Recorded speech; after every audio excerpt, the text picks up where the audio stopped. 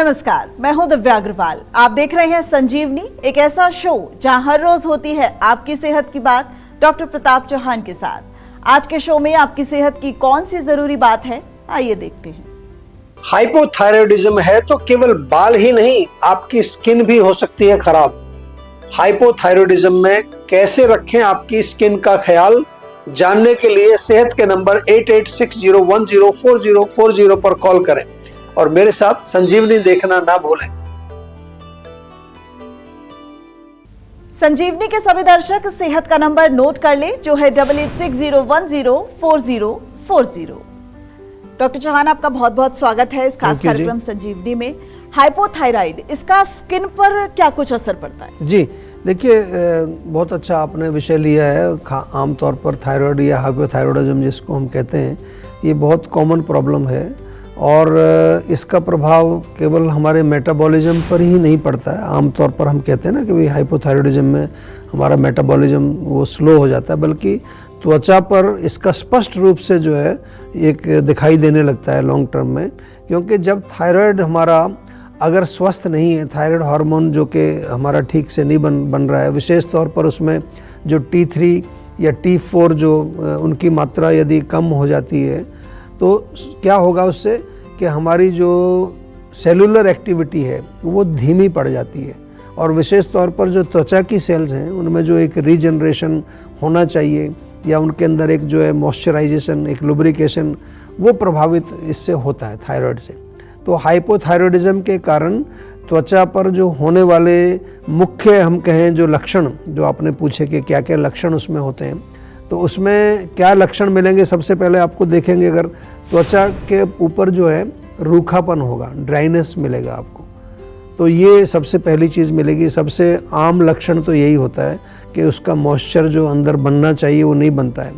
Thyroid hormone के जब योगदान उसमें थायराइड हार्मोन के बनने की कमी हो जाएगी तो इससे ये होगा। और उसके साथ साथ जो हमारे सेबेशियस ग्लैंड्स होते हैं, बालों के नीचे जो ग्लैंड्स होते हैं, वो एक्टिव हो जाते हैं। स्किन हमारी रफ हो जाती है, उसमें कई बारी फ्लेक्स आने लगते हैं, थोड़ा सा जैसे स्केल्स बन जाते हैं ना।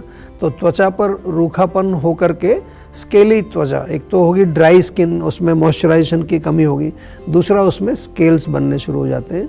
और इसके साथ साथ खास तौर से कोहनी के ऊपर, घुटने के ऊपर, यहाँ पर आपको ज़्यादा तलवों में ज़्यादातर ड्राइनेस आपको मिलेगा। और ठंडी और पीली भी हो जाती है, कोल्ड स्किन और पेल स्किन हो जाती है। मेटाबॉलिज्म जब हमारा स्लो होता है तो ब्लड का फ्लो कम हो जाता है, सर्कुलेशन कम होता है, इससे स्किन थोड़ी सी पीली सी दिखने लग सकती है, ठंडी हो जाती है। और इसके साथ साथ विशेष रूप से हाथों और पैरों में ये दिखने लगता है ज़्यादा। सूजन भी होती है इससे, हमारी त्वचा पर, चेहरे पर सूजन आ जाएगी, आँखों के आसपास आपको स्वेलिंग आ सकती है। और इसका मेन कारण होता है कि टॉक्सिन्स बॉडी में जमा होने लगते हैं।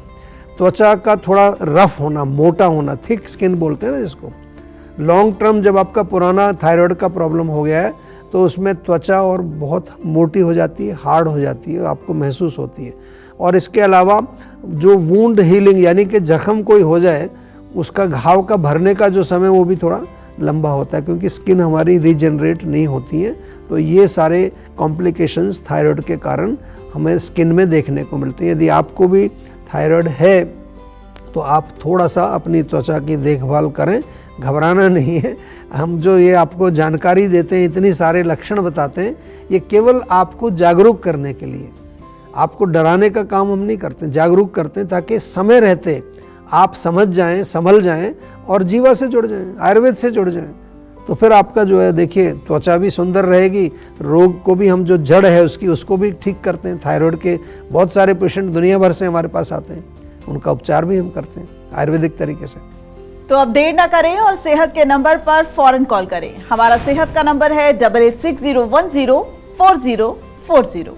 डॉक्टर साहब, हाइपोथायराइड अगर हो गया तो फिर उसके बाद अब डाइट में क्या कुछ शामिल करें और सबसे जरूरी परहेज क्या करें, जिसको लेकर लोग बहुत ज्यादा आश्वस्त नहीं नजर आते? जी देखिए, बहुत अच्छा है। मैं बार बार कहता हूँ आपको कि केवल मेडिसिन से बात नहीं बनेगी। हाइपोथायराइडिज्म में डाइट भी, और मैं तो लाइफस्टाइल की भी बात करता हूँ, उसका सही होना बहुत महत्वपूर्ण है, क्योंकि ये हमारे पाचन को प्रभावित करता है, मेटाबॉलिज्म को प्रभावित कर देता है। अगर आप थायराइड के लिए कोई मेडिसिन ले रहे हैं तो केवल उसी से संतुष्ट मत रहिए। मैं बार बार कहता हूँ, चाहे वो कोई भी बीमारी आपकी, गोली खा रहे हैं, सब चीज़ नॉर्मल आ रही है, आप प्रसन्न रहते हो, उतना नहीं। उसके साथ साथ सही आहार, सही पोषण, आपकी दिनचर्या, किस समय आपको सोना है, किस समय उठना है, ये बहुत ज़रूरी है। सारी चीज़ें, इन पर ध्यान देना बहुत आवश्यक होता है। और जो अगर हम देखें कि रोग के जो लक्षण हैं वो बढ़ तो नहीं रहे हैं, उसको देखना है। कहीं सूजन तो नहीं आ रही है, थकान तो नहीं बढ़ गई है शरीर में, आपका वेट गेन तो नहीं हो रहा, हेयर फॉल, त्वचा में रूखापन, ये सब थायराइड के लक्षण हैं। हाइपोथायराइडिज्म के लिए क्या खाएं?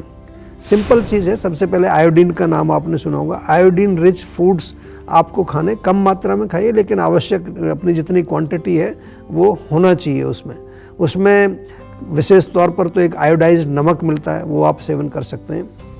फूड आइटम्स में यहाँ भारत में उतना पॉपुलर नहीं है, सीवीड करके एक चीज़ मिलती है आजकल शहरों में, वो ले लीजिए। या फ्रेश मिल्क प्रोडक्ट्स, दही का सेवन करिए, दूध का सेवन करिए, पनीर का सेवन करिए, उसमें भी मिलेगा आपको। सेलेनियम एक जो है पदार्थ होता है, उसका भी इसमें इम्पोर्टेंस बहुत होता है। थायराइड के जो हार्मोन्स हैं T4 और T3, उसके लिए ये उसको मेंटेन करने में मदद करता है। तो कहाँ से मिलेगा ये? फूड आइटम्स में अगेन, जैसे जितने भी हमारे ड्राई फ्रूट्स हैं, नट्स हैं, उनका सेवन करिए। सनफ्लावर का आप सीड्स जो होते हैं उनका आप सेवन कर सकते हैं। साथ में आपको जो मशरूम मिलती हैं आजकल, या फिर पंपकिन सीड्स हैं, तिल का सेवन कर सकते हैं। इसमें जो होल ग्रेन जो हम कहते हैं, जिसको दलिया हैं या हमारी जो दालें हैं, उनका सेवन करिए। फाइबर को भी जो ध्यान रखना है, क्योंकि डाइजेशन अच्छा रखना है, तो हरी सब्जियाँ, थोड़ा घी का प्रयोग उसमें कर सकते हैं। लौकी, तोरी, पालक, या फिर कुछ और सब्जियां, जो हरी सब्जियां जिनको हम कहते हैं। फ्रूट्स में जो है पपीता, आप सेब का सेवन कर सकते हैं, अनार, जामुन, ये सब खा सकते हैं। जो प्रोटीन होते हैं उसमें मूंग की दाल, चने की दाल, काला चना, सोयाबीन, पनीर, टोफू, स्प्राउट्स, ये खाएं अभी। और सबसे इम्पॉर्टेंट चीज़ है कि क्या ना खाएं, ये बहुत इम्पॉर्टेंट है। तो उसमें मोटा मोटा सबको मालूम है, जंक फूड का सेवन नहीं करना है। प्रोसेस्ड फूड, स्पेशली जो इसमें केमिकल प्रिजर्वेटिव डले हुए, ये आजकल पैकेट में जितना सामान आता है ना, जो चिप्स हैं और पता नहीं दुनिया भर के नमकीन टाइप की जो चीज़ें आती हैं, ये बिल्कुल आपके लिए ठीक नहीं है। इसके अलावा अल्कोहल, टोबैको, कैफीन, किसी भी तरह का कोई भी मादक पदार्थ का सेवन आपको नहीं करना है। आयुर्वेदिक दिनचर्या का पालन करें, लाइफस्टाइल को ठीक रखें, समय पर सोना, जल्दी उठना, नियमित रूप से व्यायाम करना, तिल के तेल से मालिश करना, ये सारी चीज़ें हम बार बार आपको रिमाइंड कराते रहते हैं। ये आपको स्वस्थ रखने में बहुत अहम रोल प्ले करती है, तो इनका थोड़ा ध्यान रखना चाहिए। उसी से आपको काफ़ी इम्प्रूवमेंट जो है दिखने लगेगा। चलिए अब जानते हैं आज का जीवा मंत्र।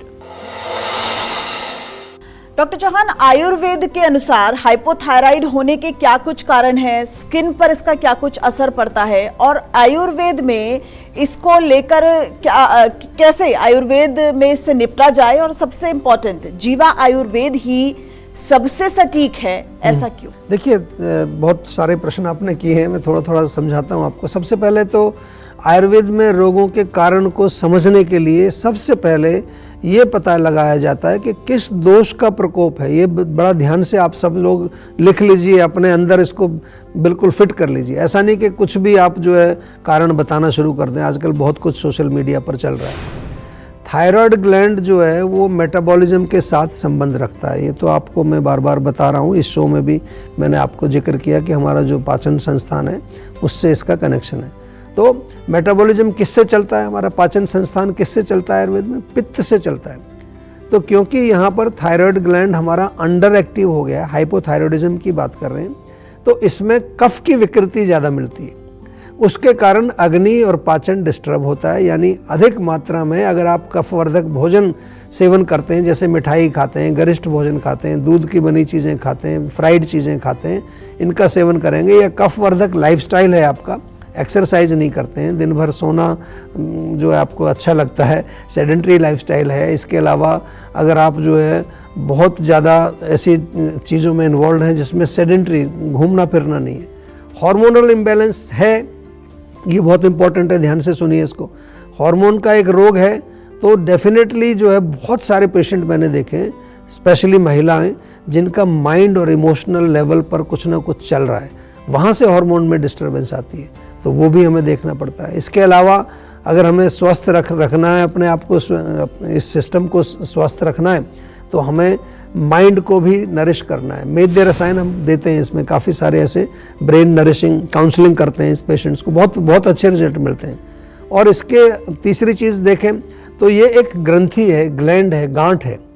तो हमें जब चिकित्सा करते हैं तो ये भी ध्यान रखना है कि गांठ को हम किस तरह से सुरक्षित रखें। ग्रंथि की चिकित्सा आयुर्वेद में लिखी है। तो आयुर्वेद की जो ये पूरी चिकित्सा है कारण को समझ करके होती है। जहाँ तक आपने पूछा कि किस तरह से इसकी चिकित्सा हम करते हैं, तो आयुर्वेद में ये थोड़ा एक डिफ़िकल्ट रोग है, मतलब सिंपल रोग नहीं है, कोई खांसी जुकाम नहीं है कि आप 2-4 हफ्ता दवाई खाएंगे ठीक हो जाएगा। कष्ट साध्य है, लेकिन एलोपैथी की तरह नहीं है कि पूरी ज़िंदगी आपको दवाई खानी है, ऐसा नहीं है हमारे यहाँ पर। आयुर्वेद में अगर आप हमारे साथ जुड़ेंगे तो लगभग 8-10 महीना मैं आपको लेकर के चल रहा हूँ। 8-10 महीना, कभी कभार 1 साल लगता है। अगर आप पूरा अच्छी तरह से डेडिकेटेड काम करेंगे तो हमारे पास बहुत सारे केसेस हैं, बहुत सारे सक्सेसफुल केसेस हैं। और आज हमने जहाँ तक स्किन की बात की है कि हाइपोथायराइडिज्म और स्किन का जो हमने जिक्र किया, तो अगर स्किन पर आपको और भी किसी तरह का कोई रोग हो, सोराइसिस हो, एक्जिमा हो, एलर्जी हो, तो जीवा में हमने एक पूरा स्किन ट्रीटमेंट प्रोटोकॉल बनाया है।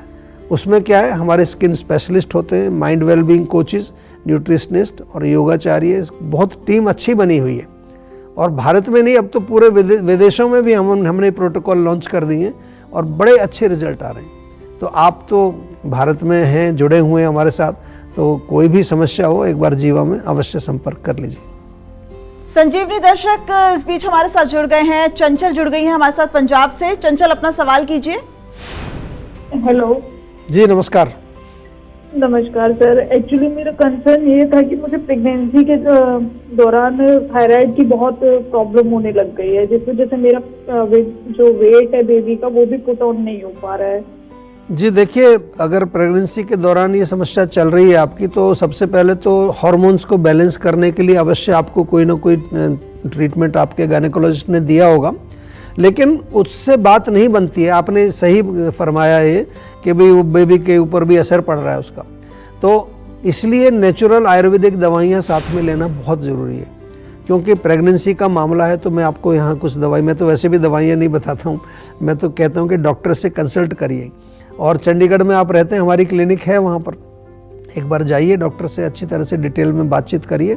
आपको न केवल थायराइड को कंट्रोल करने के लिए, बल्कि उसके अलावा जो पूरा एक प्रेगनेंसी का एक केयर होता है, वो जीवा में बहुत अच्छे हमने एक प्रोग्राम बनाया है। एक हमारा प्रोग्राम ही है आयुर बेबी प्रोग्राम। तो अवश्य जो है आप वहाँ जाकर मिलिए और वो आपको प्रॉपर उसका उपचार बताएंगे। मैं आपको केवल इतना ही कहूँगा कि माइंड और इमोशंस को बहुत स्वस्थ रखने की आवश्यकता है, खासतौर से जब आप प्रेगनेंसी में हैं, क्योंकि उसका भी असर बच्चे के ऊपर पड़ता है। टेंशन लेने से सेहत नहीं बनेगी, सेहत बनानी है तो सेहत का नंबर मिलाएं, जो है 8860104040, और डॉक्टर चौहान की टीम के डॉक्टर से बात करके गुड हेल्थ पाएं। क्या घी और शहद एक साथ समान मात्रा में मिलाकर खाना चाहिए, बताएंगे डॉक्टर चौहान। आप देख रहे हैं संजीवनी सेहत की बात डॉक्टर प्रताप चौहान के साथ। हमारे सेहत के नंबर की लाइन 8860104040 खुली हुई है। आप इस नंबर पर कॉल करें और अपनी सेहत की बात करें। चलिए, अब वक्त है सेहत की संजीवनी का। डॉक्टर चौहान, क्या घी और शहद एक साथ समान मात्रा में खाना ये सही तरीका है? देखिए, बड़ा अच्छा प्रश्न आपने किया है। बहुत ही महत्वपूर्ण इसलिए है क्योंकि घी और शहद को अगर हम बराबर की मात्रा में मिला करके सेवन करते हैं तो वो उसका इफ़ेक्ट जो है वो विषैला होता है। वैसे घी और शहद दोनों में अपने अपने बहुत अच्छे गुण हैं, लेकिन आयुर्वेद में हम इसको विरुद्ध आहार में इसको काउंट करते हैं। यानी कि ये दोनों आपस में, विशेष रूप से जब इनकी क्वांटिटी बराबर की हो तो वो इनकम्पेटिबल होती है। अगर अनइक्वल क्वांटिटी में मिक्स करते हैं तो वो ले सकते हैं आप, लेकिन बराबर की मात्रा में, यानी कि 5 ग्राम आपने घी लिया, 5 ग्राम शहद लिया, तो वो उसमें फिर ये विरुद्ध आहार के अंतर्गत लिया जाता है और वो क्या करेगा, अंदर जा कर के एक विषैला प्रभाव, टॉक्सिक एक प्रभाव आपके शरीर में देगा। ऐसा नहीं कि आप उसको खा के तुरंत कुछ हो जाएगा आपको, लेकिन आपके डाइजेस्टिव सिस्टम को ये डिस्टर्ब करता है। उसके साथ साथ बॉडी में आम बनेगा, आम बनेगा तो काम तमाम होगा ही होगा, आपको मालूम है। और इसके अलावा लॉन्ग रन में अगर देखेंगे तो कई प्रकार के कुछ त्वचा के रोग हो जाते हैं या कुछ आपके मेटाबॉलिज्म पर असर पड़ता है। तो इसलिए घी और शहद को कभी भी बराबर मात्रा में हमको मिक्स करके नहीं खाना चाहिए। सेहत से जुड़ी इतनी मूल्यवान जानकारी और सुझाव देने के लिए डॉक्टर साहब आपका बहुत बहुत शुक्रिया। सेहत बनानी है तो सेहत का नंबर मिलाएं और अपनी कॉल रजिस्टर कराएं। जीवा सेहत का नंबर है 8860104040। अगर सेहत से जुड़े आपके सवाल हैं तो आप ईमेल कर सकते हैं। जीवा की ईमेल आईडी है info@jiva.com। आप फेसबुक के जरिए भी जीवा से जुड़ सकते हैं। जीवा की फेसबुक आईडी है www.facebook.com/जीवा आयुर्वेदा। और YouTube पर जीवा शोज देखना बिल्कुल न भूलें। और आज ही जीवा का YouTube चैनल सब्सक्राइब करें जो है www.youtube.com/जीवा आयुर्वेदा।